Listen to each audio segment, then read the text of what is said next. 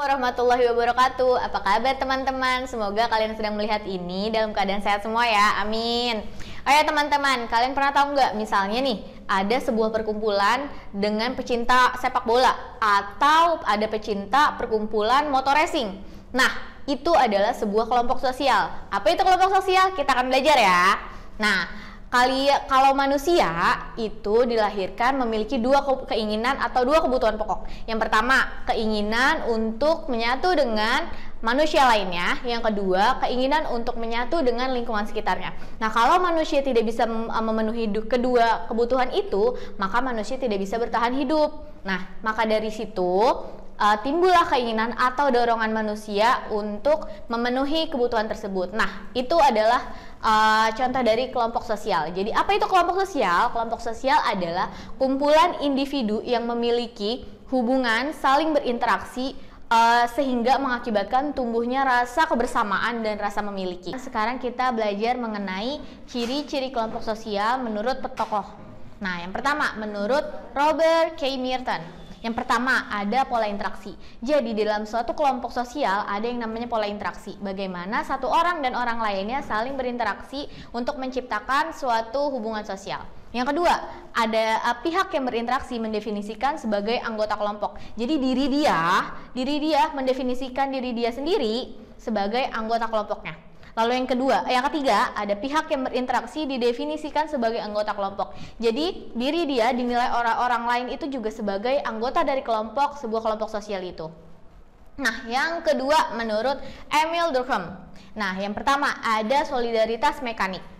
Apa itu solidaritas mekanik? Nah, solidaritas mekanik itu adalah masyarakat sederhana yang belum mengenal pembagian kerja. Contohnya itu ada di daerah pedesaan. Nah, yang kedua, ada solidaritas organik. Nah, di dalam solidaritas organik ini sudah ada yang namanya pembagian kerja. Misalnya nih, di dalam sekolah, itu ada yang namanya kepala sekolah, ada staf TU, dan ada guru-guru. Nah, semuanya sudah ada yang namanya pembagian kerjanya masing-masing.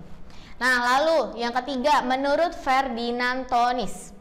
Menurut Ferdinand Tönnies ada dua. Ada Gemeinschaft atau kita sebut dengan paguyuban, dan Gesellschaft atau kita sebut dengan patembayan. Nah, paguyuban ini adalah kehidupan bersama yang bersifat intim, private, dan eksklusif. Misalnya dalam sebuah pernikahan. Nah, itu adalah hubungan yang sangat terikat. Lalu yang kedua ada patembayan. Nah, kalau patembayan ini adalah kehidupan publik atau sekumpulan orang yang secara kebetulan hadir bersama. Misalnya, nih kita contohkan lagi di sekolah ya. Itu karena adanya suatu kebutuhan sosial yang ada. Lalu misalnya dalam suatu perkantoran.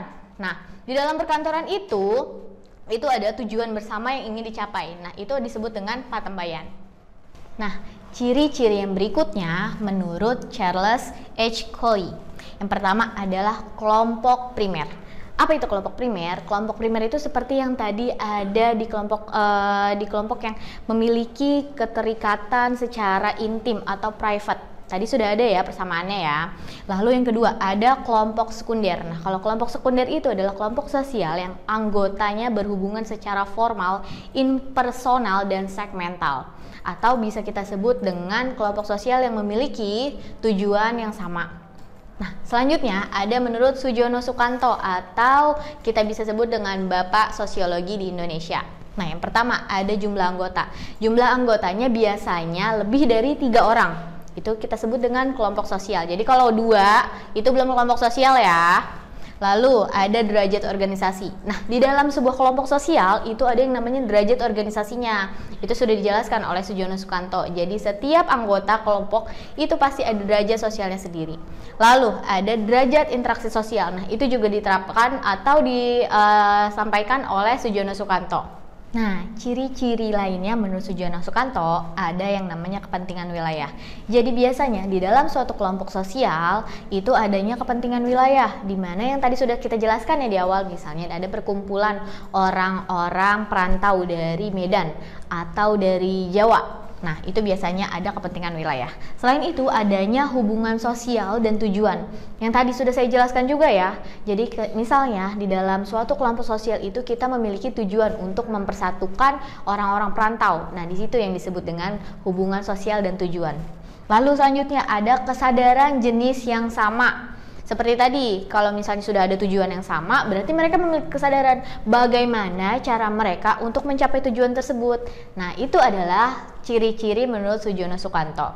Oke teman-teman, sekian dulu penjelasan dari saya mengenai apa sih itu kelompok sosial dan bagaimana ciri-ciri menurut tokoh-tokoh yang sudah saya jelaskan. Nah, semoga kalian bisa paham ya. Terima kasih untuk hari ini.